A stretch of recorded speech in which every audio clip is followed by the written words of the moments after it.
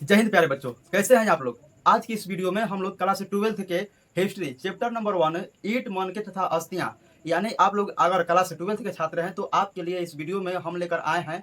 पूरे इसका हम लोग कॉन्सेप्ट को क्लियर करेंगे। जो हमारा पहला चैप्टर का नाम है ईट मन के तथा अस्थियां। अगर आप लोग इस वीडियो को देखते हैं तो आप लोगों के 3 से 4 ऑब्जेक्टिव सवाल और सब्जेक्टिव सवाल यहाँ से बनेंगे। तो अगर आप लोग इस चैनल पर नए हैं तो इसे सब्सक्राइब भी जरूर कर लें और इस वीडियो को शुरू से लेकर अंत तक जरूर देखेंगे, क्योंकि इस वीडियो में आप लोग सीखेंगे कि यानी हड़प्पा सभ्यता क्या है। हड़प्पा सभ्यता क्या है इस वीडियो में हम लोग सीखेंगे। चलिए हम लोग समझते हैं कि अब यहाँ पर जो हमारा पाठ है और पाठ का नाम क्या है, हड़प्पा सभ्यता यानी ईट मन के तथा अस्थियां। ठीक है, देखिए हमारा पाठ का नाम क्या है। पाठ का हमारा नाम है ईट मन के तथा अस्थियां। ईट मन के तथा अस्थियां, यह हमारा जो पाठ है क्लास 12th का है। किस क्लास का है? क्लास 12th का चैप्टर नंबर पहला है। आप लोगों ने देखा होगा कि हमारा जो चैप्टर है वहां पर क्या है, ईट मन के तथा अस्थियां।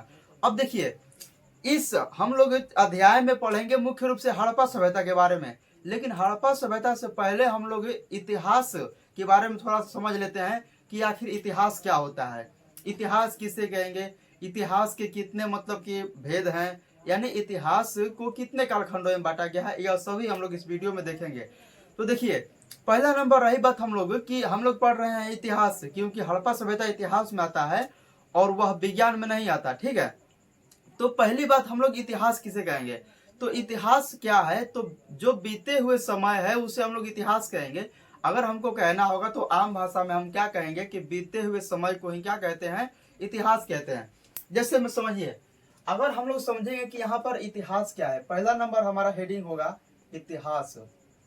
पहला नंबर हमारा हेडिंग क्या होगा, इतिहास होगा। ठीक है, तो इतिहास हम लोग किसे कहेंगे, अतीत के महत्वपूर्ण घटना को, अतीत के महत्वपूर्ण घटना को हम लोग इतिहास कहेंगे। अतीत की जो महत्वपूर्ण घटना होती है, अब यहाँ पर अतीत के मतलब होता है पुराने समय या बीते हुए समय। अतीत के मतलब होता है पुराने या बीते हुए समय।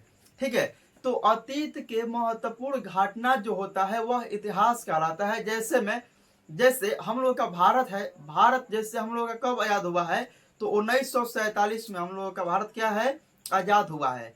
जैसे पानीपत का प्रथम युद्ध 1526 ईस्वी में हुआ है इब्राहिम लोदी और बाबर के बीच, तो यह सब इतिहास है। तो गौतम बुद्ध का जन्म जैसे 563 ईसा पूर्व में हुआ है, तो वह हमारा इतिहास है। अब ये नहीं कि हम लोग काल भोजन किए और आज हम लोग उसको इतिहास कहेंगे। ऐसा नहीं है कल हम लोग नया कपड़ा किने और उसको हम लोग आज इतिहास कहेंगे, नहीं। इतिहास कहने का मतलब है कि अतीत के महत्वपूर्ण घटना को हम लोग क्या कहेंगे, इतिहास कहेंगे। आप लोग इस कॉन्सेप्ट को अच्छे से समझिएगा। अब देखिए यहाँ पर हम लोग समझते हैं कि इतिहास जो होता है, इतिहास के यानी पिता कौन है, इतिहास के यहाँ पर पिता कौन है। ठीक, इतिहास के पिता कौन है, तो देखिए इतिहास के पिता जो है उनका नाम क्या है, हेरोडोटस। उनका नाम क्या है, हेरोडोटस। यहाँ से आपके एक सवाल पूछता है कि इतिहास के पिता कौन है, तो हेरोडोटस। यहाँ पर आप लोग याद रखेंगे हेरोडोटस। हेरोडोटस इतिहास के पिता कौन है, हेरोडोटस।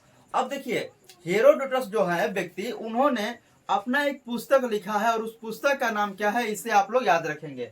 इनका एक पुस्तक है और पुस्तक का नाम क्या है, आप लोग इसे याद रखेंगे। तो पुस्तक का नाम हमारा है हिस्टोरिका। पुस्तक का नाम क्या है, हिस्टोरिका। आप लोग इसे ध्यान रखेंगे, पुस्तक का नाम क्या है, हिस्टोरिका। यह हमारा जो वीडियो होगा वह पार्ट नंबर पहला होगा, क्योंकि हम लोग बेसिक जानकारी को समझते हैं कि आखिर इतिहास क्या है।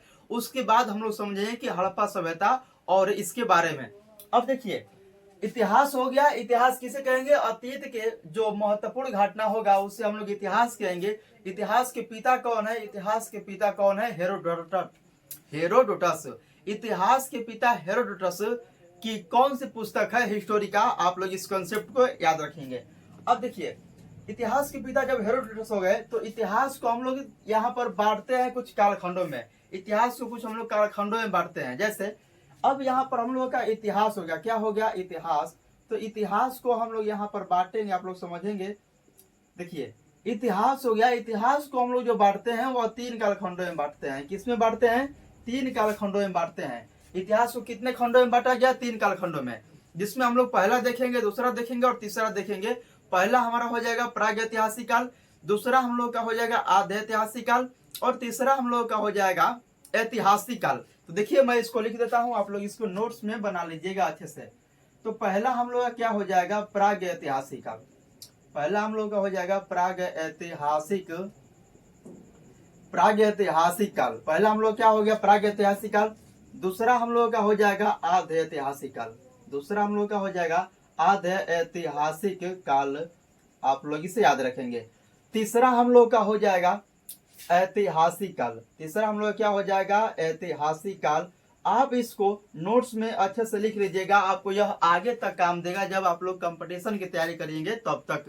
तो इतिहास के हम लोग 3 खंडों में बांट दिए, पहला प्रागैतिहासिक काल, दूसरा आधे ऐतिहासिक काल और तीसरा ऐतिहासिक काल। अब समझते हैं हम लोग पहला यहाँ पर कि प्रागैतिहासिक काल क्या है, प्रागैतिहासिक काल क्या है। यहाँ पर हम लोग पहला समझेंगे कि प्रागैतिहासिक काल, ठीक है, प्रागैतिहासिक काल, प्रागैतिहासिक काल, प्रागैतिहासिक काल, ठीक। अब देखिए प्रागैतिहासिक काल क्या है, आप लोग इसमें समझेंगे। प्राग्ञ का मतलब होता है बहुत पहले, बहुत पहले, जब यहाँ पर इस धरती पर यानी जब पृथ्वी पर मनुष्य का जन्म हो रहा था, यानी जैसे जैसे जीव जंतु यहाँ पर वृद्धि कर रहे थे, उस समय क्या हुआ कि मनुष्य का भी जन्म हुआ। अब जब मनुष्य का जन्म हुआ तो वह कहीं न कहीं खाना पीना खाएगा, रहेगा, किसी स्थान पर रहेगा, कहीं पर जाएगा, कहाँ पर क्या करेगा। तो यह सब जो हम लोग का हो जाएगा इतिहास हो जाएगा। इतिहास के यहाँ पर 3 भाग हुआ, कितना भाग हुआ 3 भाग, पहला प्रागैतिहासिक काल, दूसरा आधे ऐतिहासिक काल और तीसरा हम लोग का ऐतिहासिक काल। अब देखिए पहला में जो हो जाएगा हमारा प्रागैतिहासिक काल, प्रागैतिहासिक काल का मतलब हुआ इतिहास का वह समय, क्या बोले हैं हम, इतिहास का वह समय जिसमें मनुष्य बिना एकदम साफ बोलेंगे बुड़बक था, साफ बोलेंगे क्या था, बुड़बक था। यानी उसको किसी भी चीज का ज्ञान नहीं था, ना उसको लिखने आ रहा था, ना उसको पढ़ने आ रहा था, और मनुष्य जो था वह एक तरफ से आदि मानव था। मनुष्य कैसा था, आदि मानव।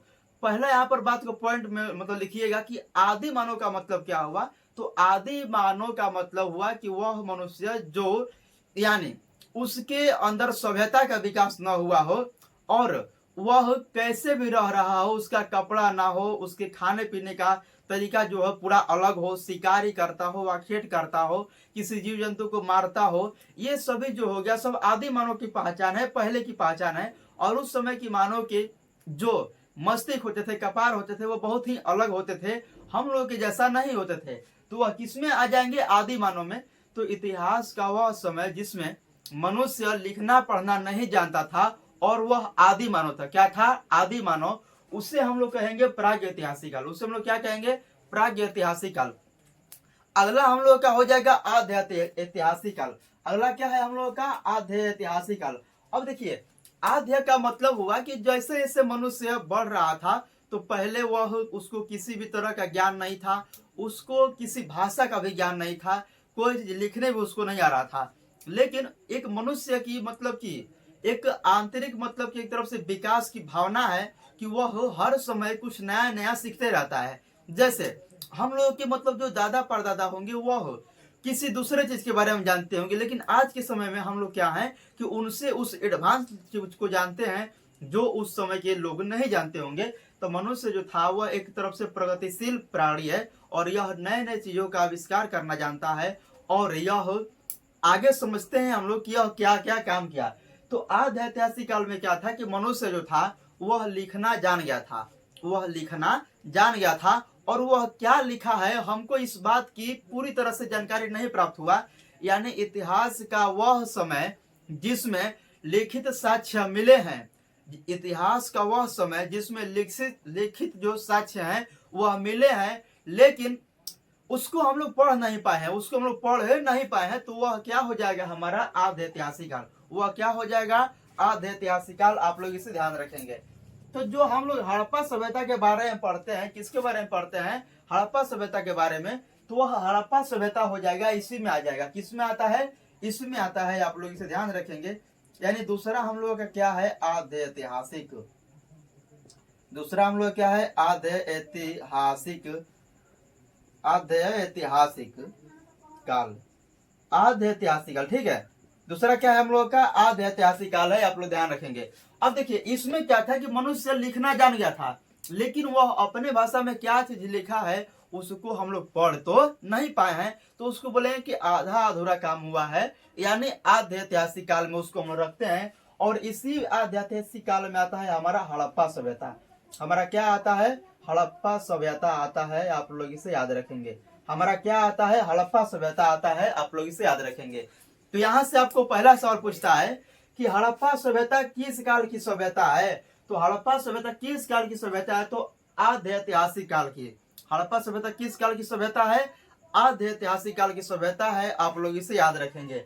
ठीक है, यहाँ पर हो गया। अब ऐतिहासिक काल का मतलब यहाँ पर हुआ कि इतिहास का वह समय जिसमें लिखित साक्ष्य मिले हैं और उसे हम लोग पढ़ सके हैं।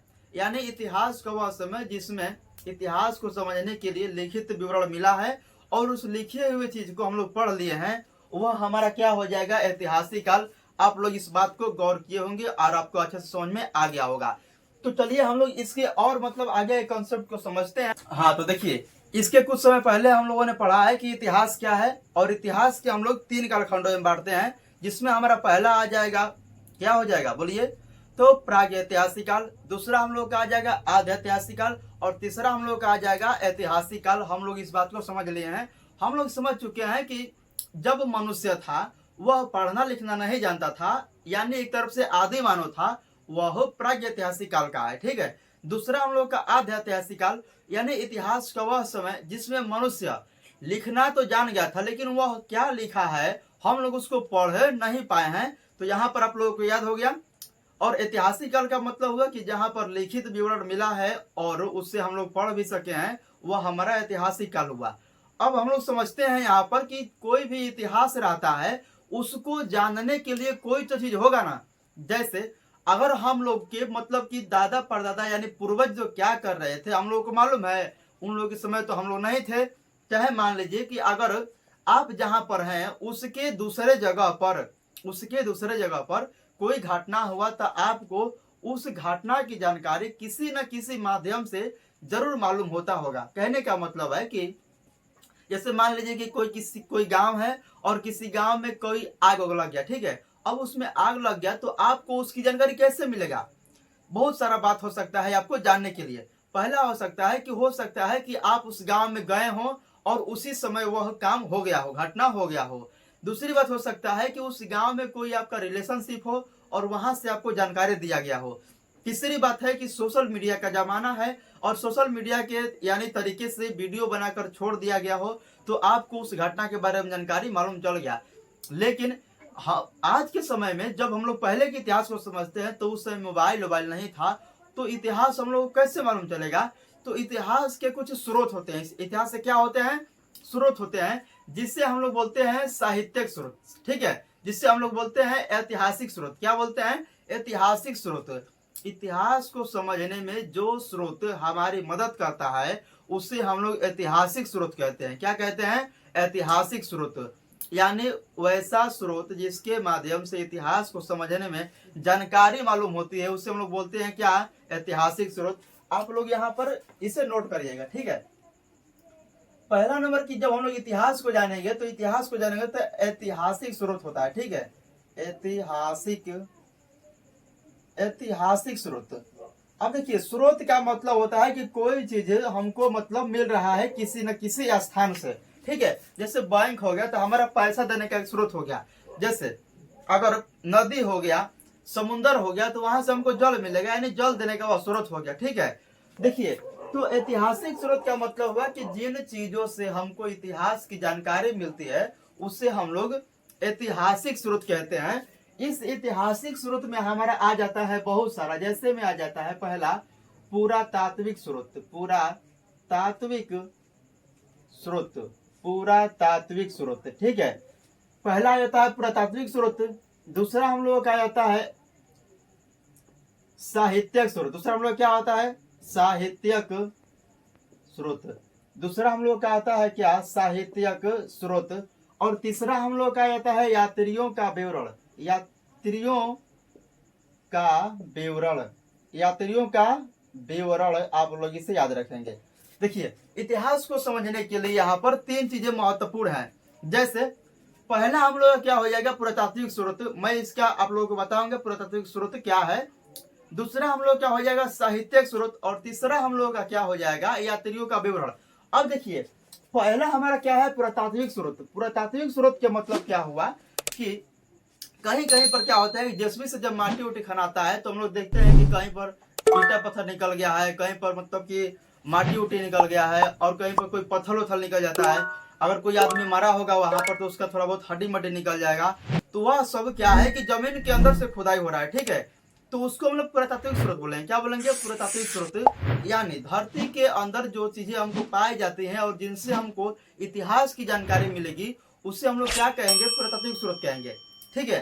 पुरातात्विक स्रोत में हमारा आ जाएगा, जैसे मान लीजिए कि कोई मनुष्य है और वह अपने समय के किसी कपड़े उपड़े का प्रयोग किया है, यानी अपने समय किसी कपड़ा का उपयोग किया है।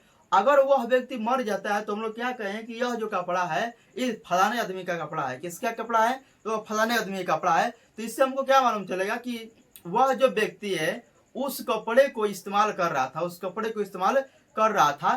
तो यह इससे हमको क्या मालूम चलता है, इतिहास मालूम चलता है। क्या मालूम चलता है, इतिहास मालूम चलता है। पुरातात्विक स्रोत में बहुत सारा आ जाता है, जैसे सिक्का आ जाएगा, मनका आ जाएगा, घड़ा आ जाएगा, और इसमें आ जाएगा जैसे अभिलेख उभिलेख आ जाता है, ठीक है। और मतलब कि कोई वस्तु अगर हम लोग इस्तेमाल किए हैं अपने समय को तो उस सब आ जाएगा। यहाँ तक हम लोग समझ लिए। जब हम लोग आगे के चैप्टर पढ़ेंगे तो इसको और विस्तार से समझेंगे।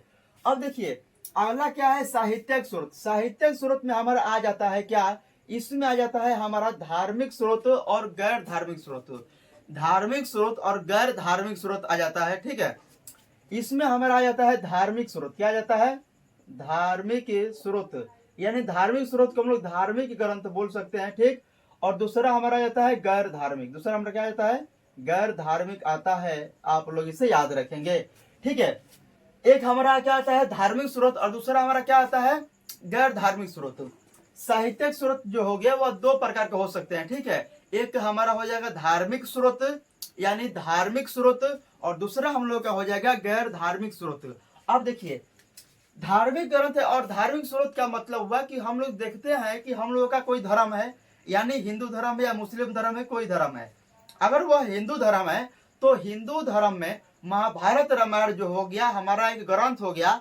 और महाभारत और रामायण से हमको क्या मालूम चलता है कि पहले के जमाने में या पहले के समय में कौन कौन सी घटना हुआ था, राम जी कौन थे, कृष्ण कौन थे, और सीता जी कौन थे। इससे हमको क्या होता है, मालूम चलता है, ठीक है। और अगर हम लोग पीछे जाएंगे तो और हम लोग समझते हैं कि भीम कौन था, अर्जुन कौन था, कर्ण कौन था। ये सब हमको क्या मिलता है कि जानकारी मालूम मिलता है। ये सभी चीजें क्या है, इतिहास है। तो यह सब धार्मिक स्रोत में आ जाएगा। धार्मिक स्रोत में हमारा आ जाता है ऋग, मतलब वेद आता है, उपनिषद आता है, पुराण आता है, वेदांग आता है। ये सभी जो हमारी चीजें हैं वह किसमें है, धार्मिक ग्रंथ में है। किसमें है, धार्मिक ग्रंथ में है। लेकिन गैर धार्मिक ग्रंथ में क्या हो जाएगा, इससे हम लोग समझेंगे। लेकिन इससे पहले समझते हैं धार्मिक ग्रंथ में। जैसे गौतम बुद्ध का बौद्ध धर्म हो गया, ठीक है। गौतम बुद्ध का बौद्ध धर्म हो गया, और बौद्ध धर्म में संबंधित जितने भी पुस्तकें उसके सब लिखाई हैं वो सभी साहित्यिक स्रोत हैं। क्या है, साहित्यिक स्रोत हैं। जैसे हो जाएगा सूत पिटक, अभिधाम पिटक, विनय पिटक, जातक कथा। ये सभी जितने भी ग्रंथ है सब बौद्ध ग्रंथ से संबंधित है। तो बौद्ध धर्म एक प्रकार का धर्म हुआ और इसलिए यह धार्मिक स्रोत हुआ। जैसे हम लोग का जैन धर्म हो गया। क्या हो गया, जैन धर्म। और जैन धर्म में हमारा लिखा गया है भागवती सूत्र, आचारांग सूत्र। ये सभी जितना भी चीजें हैं वो सब क्या हो जाएगा, धार्मिक ग्रंथ में आ जाएगा। यहाँ तक आप लोगों ने इस बात को अच्छे से समझ लिया होगा, मैं ऐसा उम्मीद करता हूँ। आगे हमारा क्या है, आगे हम लोग का है गैर धार्मिक। गैर का मतलब होता है कि जो धार्मिक चीजें ना हो। गैर का मतलब क्या होता है, जो धार्मिक चीजें ना हो। और इसमें हमारा मतलब कि आ जाता है, क्या आ जाएगा, ठीक है। इसमें हमारा मतलब किया जाता है जो धर्म वर्म से संबंधित ना हो वो सभी चीजें क्या आ जाएगा, इसमें आ जाएगा। जैसे कोई प्रचार उचार निकाला है, कोई किताब निकाला है, कोई पुस्तक किसी ने लिखा है, ठीक है। जैसे अगर मतलब कि कोई पुस्तक है, उस पुस्तक को कोई व्यक्ति लिखा है, ठीक, तो उस पुस्तक से हमको इतिहास की जानकारी मिलेगा। तो वह हमारा क्या हो जाएगा, गैर धार्मिक स्रोत में आ जाएगा। आप लोग इसे याद रखेंगे। अगला हम लोग का क्या है, यात्रियों का विवरण।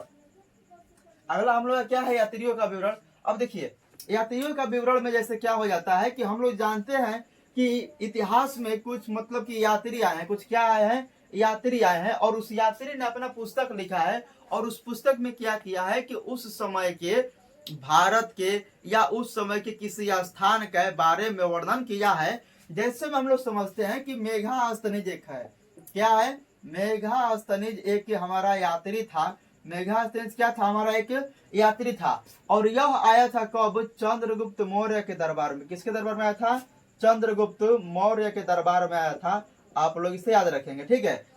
मेघास्तनिज जब आया था चंद्रगुप्त मौर्य के दरबार में, तो इसने एक पुस्तक लिखा था। क्या लिखा था, पुस्तक, और इसकी पुस्तक का नाम क्या है, इंडिका। पुस्तक का नाम क्या है, इसकी इंडिका है। आप लोग इसे याद रखेंगे, यह सवाल बहुत बार पूछा जाता है, यानी यह सवाल वीवीआई है कि इंडिका पुस्तक के लेखक कौन है, तो मेघास्तनिज। इंडिका पुस्तक के लेखक कौन है, मेघास्तनिज। आप लोग इसे याद रखेंगे। अगला सवाल पूछता है कि मेघास्तनिज किसके शासनकाल में आया था, तो मेघास्तनिज चंद्रगुप्त मौर्य के शासनकाल में आया था। आप लोग इसे याद रखेंगे।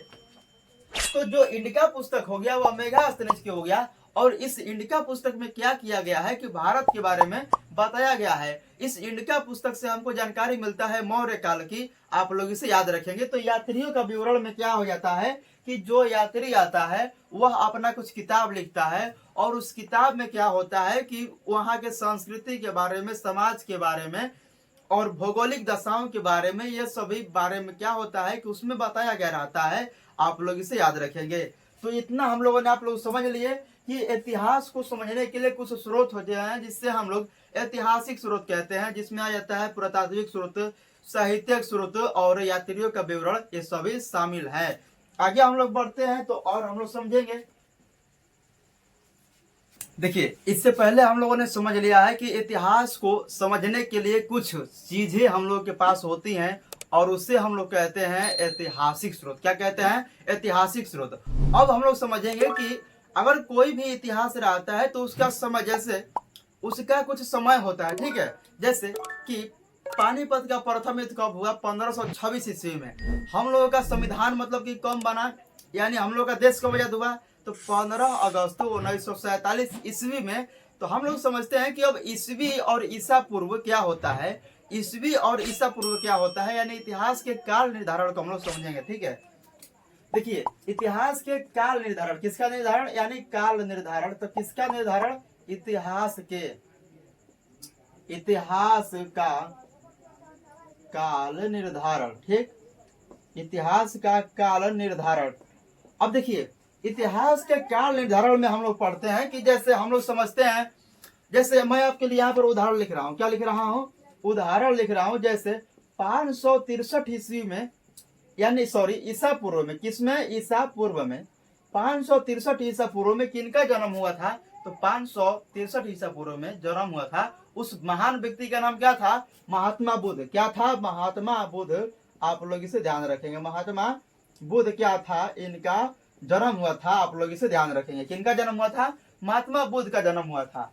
लेकिन अगर यहीं पर मैं लिख रहा हूं कि हम लोगों का देश कब आजाद हुआ था, तो हम लोगों का जो देश आजाद हुआ था वह 547 ईस्वी में हुआ था। कब आजाद हुआ था, ईस्वी में आजाद हुआ था। आप लोग इसे याद रखेंगे। अगर इसको हम लोग लिखते हैं अंग्रेजी में तो हम लोग बोलेंगे कि एडी। क्या बोलेंगे, एडी। अगर इसमें हम लोग बोलेंगे तो क्या बोलेंगे, बीसी। और यही चीज मैं आपको इस वीडियो में अभी समझाने वाला हूं, तो आप लोग इसे देखेंगे हमारा क्या होगा। तो देखिए, जब हम लोग इतिहास को समझते हैं तो हम लोग को समझना चाहिए कि इतिहास में यानी उसका तिथि निर्धारण कैसे करेंगे हम लोग। तो देखिए, यहाँ पर हम लोग समझते हैं, ठीक है, जब हम लोग कोई काल को मानते हैं, क्या मानते हैं, किसी काल को मानते हैं, ठीक। तो जब ईसा मसीह का जन्म हुआ है, जब ईसा मसीह क्या हुआ है, जन्म हुआ है, तो जब ईसा मसीह का जन्म हुआ है तो उस समय को हम लोग क्या मान लेते हैं, यानी जब किनका जन्म हुआ, जब ईसा मसीह का जन्म हुआ। किसका जन्म हुआ, ईसा मसीह का जन्म हुआ। तो जब ईसा मसीह का जन्म हुआ तो उस समय को हम लोग मान लेते हैं जीरो। क्या मान लेते हैं, जीरो। जब ईसा मसीह का जन्म हुआ उससे हम लोग मान लेते हैं जीरो। और ईसा मसीह के जन्म के जो बाद वाला समय है, यानी ईसा मसीह के जन्म के जो बाद वाला समय है, उसे हम लोग बढ़ते क्रम में लिखते हैं। कैसे लिखते हैं, बढ़ते क्रम में। जैसे इसमें हमारा आ जाएगा, अगर 1978 है तो इसमें हमारा फिर क्या आ जाएगा 1980 आ सकता है। ठीक है, 1900 क्या आ सकता है 80। जैसे अगर हम लोगों का अभी 2000 क्या चल रहा है 26 चल रहा है, 2000 क्या चल रहा है 26, तो आने वाले अगले साल में हम लोगों का साल क्या होगा 2027 हो जाएगा। क्या हो जाएगा 2027 हो जाएगा। आप लोग इसे याद रखेंगे। ठीक है, अभी वर्तमान में यह जो निर्धारण किया जाता है, एक कैलेंडर है जिस कैलेंडर का नाम है ग्रेगोरियन कैलेंडर। कैलेंडर का नाम क्या है ग्रेगोरियन कैलेंडर। और यही कैलेंडर आज पूरे विश्व में इसके द्वारा ही समय का निर्धारण हम लोग करते हैं, यानी काल के निर्धारण करते हैं। आप लोग इसे याद रखेंगे। तो जब ईसा मसीह का जन्म हुआ उस समय को हम लोग क्या मान लेते हैं जीरो, उस समय को हम लोग क्या मान लेते हैं जीरो। और ईसा मसीह के जन्म के जो बाद वाला समय है, ईसा मसीह के जन्म के जो बाद वाला समय है, उसे हम लोग कहते हैं, अंग्रेजी में हम लोग कहते हैं, क्या कहते हैं एडी कहते हैं। अंग्रेजी में हम लोग क्या कहते हैं एडी कहते हैं। आगे देखिए, ईसा मसीह के जब जन्म हो गया था, ईसा मसीह के जब जन्म हो गया था उसके पहले वाला ही समय हम लोग कहते हैं उसको क्या, उसको बीसी कहते हैं। क्या कहते हैं बीसी। और बीसी के मतलब यहाँ पर हम आपको बताएंगे कि बीसी का मतलब क्या होता है। जैसे 563 ईस्वी में किनका जन्म हुआ था, गौतम बुद्ध का जन्म हुआ था 563 ईसा पूर्व में। लेकिन अगर आप लोगों को याद होगा तो आप लोग कमेंट में जरूर बताइएगा कि गौतम बुद्ध का निधन कब हुआ था, यानी गौतम बुद्ध का निधन कब हुआ था। तो देखिए, गौतम बुद्ध का निधन कब हुआ था 483 ईस्वी में। गौतम बुद्ध का निधन कब हुआ था 483 ईस्वी में। आप लोग इसे ध्यान रखेंगे। देखिए, तो गौतम बुद्ध का जन्म कब हुआ था 563 ईसा पूर्व में, और गौतम बुद्ध का निधन कब हुआ था 483 ईसा पूर्व में इनका निधन हुआ था। इसी तरह अगर हम लोग समझेंगे कि महावीर स्वामी का जन्म कब हुआ था, तो महावीर स्वामी का जन्म हुआ था 540 ईसा पूर्व में। महावीर स्वामी जो जैन धर्म के एक 24वें तीर्थंकर हैं, उनका जन्म कब हुआ था 540 ईसा पूर्व में। लेकिन इनका निधन कब हुआ था 468 ईसा पूर्व में। क्या हुआ था, इनका निधन हुआ था। अब देखिए, जब ईसा मसीह का जन्म नहीं हुआ था उससे पहले ही कौन थे, तो महात्मा बुद्ध थे। उनसे पहले क्या थे महात्मा बुद्ध, उनसे पहले क्या थे महावीर स्वामी। यानी जब ईसा मसीह का जन्म नहीं हुआ था उससे पहले ही कौन थे, भगवान बुद्ध थे, महावीर स्वामी थे। आप लोग इस बात को अच्छे से समझ लीजिएगा। ठीक है, अब देखिए, तो जो चीज पहले हुआ रहता है उसे हम लोग पूर्व बोलते हैं। क्या बोलते हैं पूर्व। जैसे मान लीजिए कि हमसे पूर्व, यानी जैसे मान लीजिए कि आपके घर में कोई बाल बच्चा होगा, ठीक है, आपके मतलब कोई छोटा मतलब भाई होगा, या आप लोग अगर बड़े भाई होंगे तो क्या होगा, अगर कोई छोटा अपने घर का भाई है तो वह क्या कहेगा कि हमसे पूर्व हमारे भैया का जन्म हुआ है। हमसे पूर्व यानी हमारा से पहले हमारे भैया को क्या हुआ है, जन्म हुआ है। तो इसी तरह जब ईसा मसीह का जन्म हुआ है उनसे पहले जो आदमी थे, यानी उससे पहले के जो समय था उसे हम लोग बोलते हैं ईसा पूर्व। यानी ईसा मसीह के जन्म के पहले वाले समय को हम लोग बोलते हैं ईसा पूर्व। क्या बोलते हैं, ईसा पूर्व। अंग्रेजी में अगर हम लोग इसे बोलते हैं तो बोलते हैं क्या, before common era. Before common era. इस बीसी का मतलब क्या हुआ, बीसी का मतलब होता है बिफोर कॉमन एरा। ठीक है, बिफोर कॉमन एरा। आप लोग इसे ध्यान रखेंगे, कॉमन एरा होता है, आप लोग इसे ध्यान रखेंगे। बीसी का मतलब क्या होता है, बिफोर कॉमन एरा। या इसी बीसी का अगला मतलब होता है बिफोर क्राइस्ट। बिफोर का मतलब होता है पहले, और क्राइस्ट के मतलब ईसा मसीह। यानी ईसा मसीह के जन्म के जो पहले वाला समय है उसे हम लोग बोलते हैं ईसा पूर्व।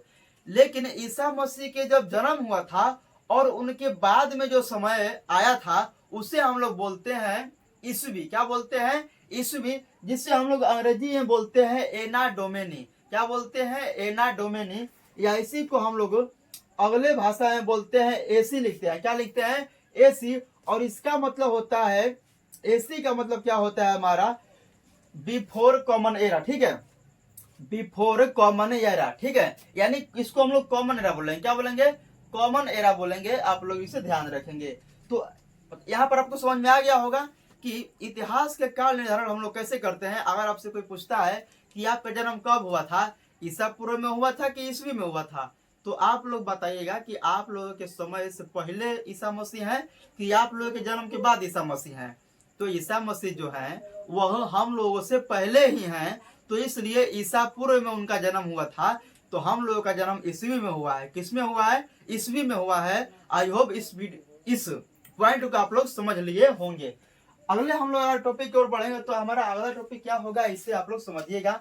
देखिएगा हम लोग अगला टॉपिक क्या है। अब हम लोग समझते हैं कि आप लोगों ने इस बात को अच्छे से समझ लिया होगा कि ईसा पूर्व और ईस्वी में क्या अंतर है, यानी बीसी और ईसी में, सॉरी, बीसी और एडी में क्या अंतर है। जैसे अगर मैं आपके सामने लिख रहा हूं, अगर आपके सामने हम लिख रहे हैं कि 1526, क्या लिख रहे हैं? 1526, अगर हम इसको लिख रहे हैं बीसी, क्या लिख रहे हैं? बीसी। तो बताइए 1526 बीसी ईसा मसीह के जन्म के पहले है कि बाद में है? तो आप लोगों का कमेंट होगा कि 1526 है वह ईसा मसीह के जन्म के पहले है। ईसा मसीह के जन्म क्या है?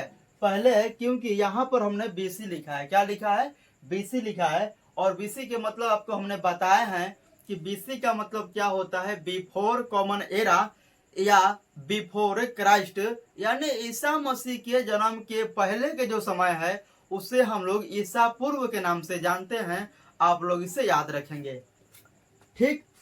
तो यहाँ पर आप लोगों ने समझ लिए। अब हम लोग समझते हैं किसके बारे में? अब हड़प्पा सभ्यता के बारे में। किसके बारे में समझते हैं? हड़प्पा सभ्यता के बारे में। अगर वह कौन व्यक्ति था जिसने हमको हड़प्पा सभ्यता के बारे में बताया, या हम लोगों को हड़प्पा सभ्यता के बारे में जानकारी कैसे मालूम चला? इस वीडियो को आप लोग ज्यादा से ज्यादा शेयर करिएगा ताकि यह वीडियो आपके जैसे ही और छात्रों के पास पहुंच सके जो पढ़ाई में इंटरेस्ट रखते हैं। तो देखिए अब हम लोग पढ़ेंगे किसके बारे में? हड़प्पा सभ्यता के बारे में, ठीक।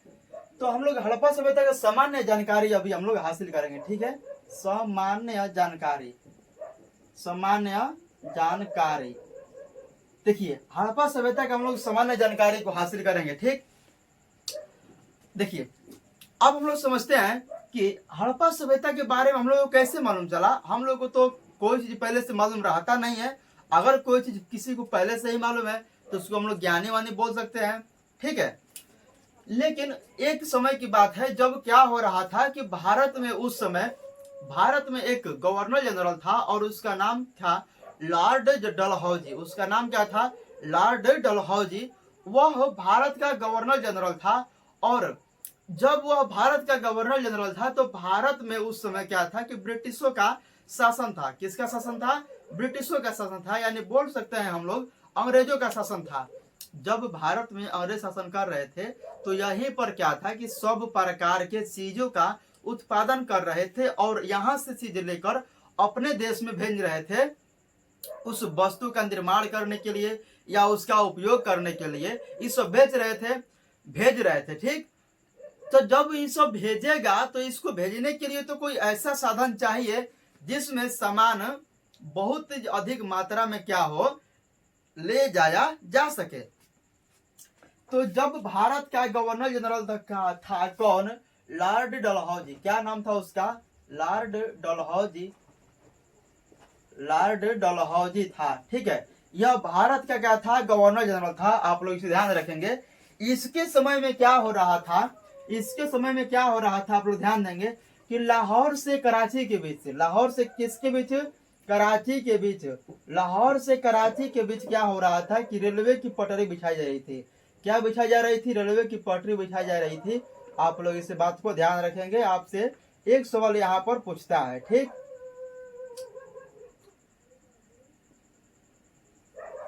देखिए लाहौर से कराची के बीच क्या हो रहा था कि यहाँ पर पटरी बिछाई जा रही थी। किसकी पटरी बिछाई जा रही थी? रेल की पटरी बिछाई जा रही थी।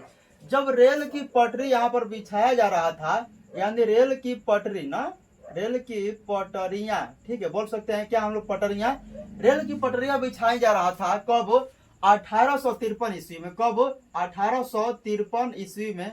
आप लोग इसे ध्यान रखेंगे। कब? 1853 ईस्वी में। इस समय क्या हो रहा था कि भारत से जितने भी सामान हो रहे थे उत्पादन, उसको इंग्लैंड या जो अंग्रेज था वो अपने देश भेज रहा था सामान को ले जाने के लिए। उस समय फिर डलहौजी ने सोचा कि क्यों ना हम ऐसा काम करते हैं कि जब हम लोग का सामान यहाँ पर बन रहा है उसको बहुत दूर भेजेंगे और भेजने के लिए उसको अधिक मात्रा में हमको लादना पड़ेगा। तो हम लोग रेल की शुरुआत करते हैं। किसका शुरुआत करते हैं? रेल का शुरुआत करते हैं। और लॉर्ड डलहौजी के समय में क्या हो रहा था कि लाहौर से कराची के बीच रेलवे की पटरियां बिछाई जा रही थी। तो रेलवे की जो पटरियां बिछाई जाती है उसमें आज के समय में तो मतलब कि क्या है कि थोड़ा बड़ा बड़ा पत्थर जैसा यूज करता है, इतना बड़ा बड़ा गट्टी जैसा आप लोग देखे होंगे कि रेल की पटरी रहता है तो उसमें इतना छोटा छोटा पत्थर जैसा रहता है। उस समय क्या हो रहा था कि वो रेलवे की पटरियों पर बिछाया जा रहा था मिट्टी बिछाने के बाद फिर उसमें ईटा बिछाया जा रहा था। क्या बिछाया जा रहा था? ईटा बिछाई जा रहा था। ठीक है, आप लोग इस बात को ध्यान रखेंगे। ईटा बिछाया जा रहा था। क्या बिछाया जा रहा था? ईटा बिछाया जा रहा था इस रेल की पटरियों पर। तब जब इस पटरियों में काम करने वाले व्यक्ति थे यानी जो मजदूर थे, इनको क्या था कि बोला गया था कि तुम काम कर रहे हो तो जाओ कहीं से ऐसा चीज लेकर आओ जो इस पटरी को दबाए रखे, यानी पटरी ज्यादा हटे इधर उधर नहीं। तो ये सब इसमें ईटा ला रहा था। क्या ला रहा था? ईटा ला रहा था। जब ये सब ईटा ला रहा था तो फिर किसी को मालूम चला कि लगता है कि यहाँ पर क्या है कि बहुत बड़ा कोई घर और होगा। क्या होगा? बहुत बड़ा कोई घर और होगा। ठीक है, कैसे? ईटा का मतलब क्या हुआ? ईटा का मतलब क्या होगा कि ईटा से हम लोग घर बना सकते हैं। ठीक है, ईटा से हम लोग खाने वाली चीज तो बनाएंगे नहीं, रही बात साफ यहाँ पर है। तो ऐसे ही क्या हो रहा था कि जब मालूम चल गया इन लोगों को धीरे धीरे कि वहां पर एक बस्ती जैसा है। क्या है? बस्ती जैसा है। फिर इन लोगों को मालूम चला कि अगर इसको हम लोग खान रहे हैं कि और ईटा मिलेगा। क्या मिलेगा? और ईटा मिलेगा। तो और ईटा के लालच में क्या किया ये लोग कि और उसको खाने लगा। फिर क्या हुआ कि ऐसे खानते खानते इन लोगों को बुझा नहीं रहा था उस समय, इन लोगों को उससे बुझा नहीं रहा था क्योंकि ये सब काम कर रहे थे। क्या? पटरी बिछाने का काम कर रहे थे और उनका पूरा ध्यान पटरियों पर था क्योंकि इनको रेल की शुरुआत करनी थी। और इन लोगों को बुझाया नहीं और ऐसे ही करते करते लगभग बहुत सारे मतलब कि हड़प्पा सभ्यता के स्थलों को ये सब नष्ट भी कर दिए। क्या कर दिए? नष्ट भी कर दिए। उस समय इन लोगों को मालूम नहीं था कि वहां पर कोई हड़प्पा सभ्यता नाम का कोई सभ्यता भी है। तो आप लोगों ने समझ लिया कि लॉर्ड डलहौजी के शासन काल में क्या हो रहा था कि रेल की पटरियां बिछाई जा रही थी। आपसे सवाल पूछता है कि भारत में सबसे पहले रेल कब चली थी? तो भारत में सबसे पहले रेल चली थी 1853 ईस्वी में। 1853 ईस्वी में। यदि भारत में रेल किसके शासनकाल में चालू हुआ था? तो लॉर्ड डलहौजी के शासनकाल में जो रेल था वह क्या हुआ था? चालू हुआ था। आप लोग इसे ध्यान रखेंगे। तो जब इसमें मजदूर ईटा ला रहा था तो ये अपने मालिक से कहा कि मालिक लागत था कि जहां से हमने की ईटा लावत नहीं जा वो क्या है? एक बहुत लग रहा है हम लोग का गांव है। क्या है? गांव है, वहां पर पूरा घर जैसा है। ठीक है, तो ये सब सोचा कि अच्छा ही बात है। तो अब कहा कि ठीक है अपने बड़े मालिक को हम बोलते हैं। तो ये सब क्या किया कि अब जाके धीरे धीरे बताने लगा कि देखिए सर क्या है कि यहाँ पर हम लोग इसको खान रहे हैं तो यहाँ पर घर जैसा मिल रहा है। कैसा मिल रहा है? घर जैसा। और यहाँ पर ऐसा लग रहा है कि कोई व्यक्ति पहले यहाँ पर रहा होगा जो किसी कारणवश अब यहाँ पर मौजूद नहीं है। तो इसके बाद फिर क्या हुआ हमारा कि 1875 ईस्वी में 1875 ईस्वी में क्या था हमारा कि एक पुरातत्व विभाग था। पुरातत्व कौन सी विभाग था? पुरातत्व। ठीक है, पुरातत्व विभाग था। पुरातत्व विभाग का मतलब होता है कि जमीन के अंदर से यानी पुराने चीजों का अध्ययन करने वाले व्यक्ति को हम लोग पुरातत्व बोलते हैं। इसका एक आदमी था, उसका नाम क्या था? अलेक्जेंडर। अलेक्जेंडर। ठीक है, उसका नाम क्या था? Alexander Cunningham. ठीक है, आप लोग इसे ध्यान रखेंगे। फिर क्या हुआ कि 1853 के बाद क्या हुआ कि लगभग जितना भी बीच में गैपिंग साल है यानी जितना भी बीच में बीता हुआ समय है, इतने समय तक ये सब क्या किया कि पूरा ईटा उटा को यहाँ पर लाया और रेल की पटरी बना दिया। फिर जब इन लोगों को शक हुआ कि लगता है यहाँ पर कोई ना कोई सभ्यता रही होगी, तो अब 1875 ईस्वी में पुरातत्व विभाग के एक अध्यक्ष थे जिसका नाम क्या था? Alexander Cunningham. इन्होंने एक रिपोर्ट दर्ज किया। क्या किया? रिपोर्ट दर्ज किया और बताया कि 1875 ईस्वी तक लगभग हम लोग 100 मील तक दूर ईटा के हम लोग बिछा दिए हैं। ठीक है, 100 मील तक दूर हम लोग क्या किए हैं कि ईटा को खान दिए हैं। आप लोग समझ सकते हैं कि 100 मील का मतलब की दूरी क्या हुआ और उतना दूर के ईटा को हम लोग निकाल दिए हैं। यहाँ तक आप लोगों को कोई दिक्कत नहीं है। ठीक है, तो आपसे सवाल पूछता है कि भारतीय पुरातत्व के पिता कौन है। तो भारतीय पुरातत्व के पिता कौन है? Alexander Cunningham. भारतीय पुरातत्व के पिता कौन है?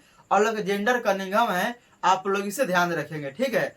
और भारतीय पुरातत्व के पिता अलेक्जेंडर कनिंघम है। और इन्होंने क्या किया कि जब इनको मालूम चल गया कि लगता है यहाँ पर कोई सभ्यता है, तो अब इन्होंने क्या किया, इन्होंने एक काम सौंप दिया। किसको काम सौंप दिया? अपने छोटे जूनियर भाई को सौंप दिया, जिसका नाम क्या था? दयाराम साहनी। जिसका नाम क्या था? दयाराम साहनी। दयाराम साहनी क्या था? एक व्यक्ति था। और दयाराम साहनी जो व्यक्ति था, अलेक्जेंडर ने उसको कह दिया कि देखा था नहीं हो जाए कि लगा था कि वो जी ईटा उटा पूरा खाना बा, तब कुछ ना तो जरूर बात जरूर होगा वहां पर। तो ये कहा कि ठीक है मालिक, हम क्या करते हैं, जाके वहां पर देखते हैं कि यहाँ पर कौन सा चीज है, ठीक है। तो दयाराम साहनी आया कब? 1921 ईस्वी में। कब आया? 1921 ईस्वी में आया। और ये जब आया वहां पर तो कहा कि ये जय मालिक की जय हो, ठीक है। यहाँ पर तो हमको घर मिल गया। क्या मिल गया? घर मिल गया। और देखते ही देखते कहा कि यह एक हड़प्पा सभ्यता है। क्या है? हड़प्पा सभ्यता है। तो हड़प्पा सभ्यता की खोज कब हुआ था? 1921 ईस्वी में। हड़प्पा सभ्यता की खोज कब हुआ था? 1921 ईस्वी में। और हड़प्पा सभ्यता की खोज किसने किया था? दयाराम साहनी। हड़प्पा सभ्यता की खोज किसने किया था? दयाराम साहनी, ठीक है। अब देखिए, इसके बाद एक आदमी और पगला गया। इसके बाद एक और आदमी पगला गया। कहा कि बहुत मतलब डिस्टर्ब वाला काम हो गया भाई, तुम संगे हमारा काम कर रहा था और तुम एक शहर का खोज कर दिया। अगर हम खोज नहीं करेंगे तो हमारा बेइज्जती होगा और तुम्हारा नाम होने लगेगा। तो एक आदमी और सुना गया और उसका नाम क्या था? राखल दास बनर्जी। उसका नाम क्या था? राखल दास बनर्जी, ठीक है। उसका नाम था क्या? राखल दास बनर्जी। और राखल दास बनर्जी ने क्या किया कि 1922 ईस्वी में, 1922 ईस्वी में क्या किया था? राखल दास बनर्जी, राखल दास बनर्जी, आप लोग इसे ध्यान रखेंगे। राखल दास बनर्जी जो था वह 1922 ईस्वी में, 1922 ईस्वी में एक स्थान का खोज किया। और उस स्थान का नाम क्या था? मोहनजोदड़ो। मोहनजोदड़ो, क्या नाम था उसका? मोहनजोदड़ो नाम था। आप लोग इसे ध्यान रखेंगे, मोहनजोदड़ो, ठीक है। यहाँ पर जगह नहीं है। क्या है हमारा? मोहनजोदड़ो। तो आपसे यहाँ से 2-3 सवाल पूछता है कि भारतीय पुरातत्व के पिता कौन है? Alexander Cunningham. भारतीय पुरातत्व के पिता कौन है? Alexander Cunningham. हड़प्पा सभ्यता की खोज किसने किया था? दयाराम साहनी। हड़प्पा सभ्यता की खोज किसने किया था? दयाराम साहनी। और मोहनजोदड़ो की खोज किसने किया था? तो मोहनजोदड़ो की खोज करने वाला व्यक्ति जो था उसका नाम क्या था? राखल दास बनर्जी। आप लोग इतना बात को ध्यान रखेंगे। और इसके हम लोग नेक्स्ट वीडियो को कल लेकर आएंगे। और इसमें हम लोग समझ आए हैं कि हड़प्पा सभ्यता के विस्तार क्या है, हड़प्पा सभ्यता के प्रमुख नगर कौन सा है, हड़प्पा सभ्यता जो है उसे हड़प्पा सभ्यता क्यों कहते हैं, हड़प्पा सभ्यता जो है वह किस नदी के किनारे है, हड़प्पा सभ्यता के यानी प्राचीन काल में जो समकालीन सभ्यता था उसमें समकालीन सभ्यता कौन कौन सी है। इस सभी वीडियो को हम लोग इसके अगले पार्ट में देखेंगे। आई होप यह वीडियो आप लोगों को बहुत अच्छा लगा होगा। और ऐसे ही इस वीडियो देखने के लिए इस प्यारे से यूट्यूब चैनल रोशनी ऑनलाइन क्लासेज को सब्सक्राइब जरूर करें। जय हिंद, जय भारत। मिलते हैं इसके नेक्स्ट वीडियो में।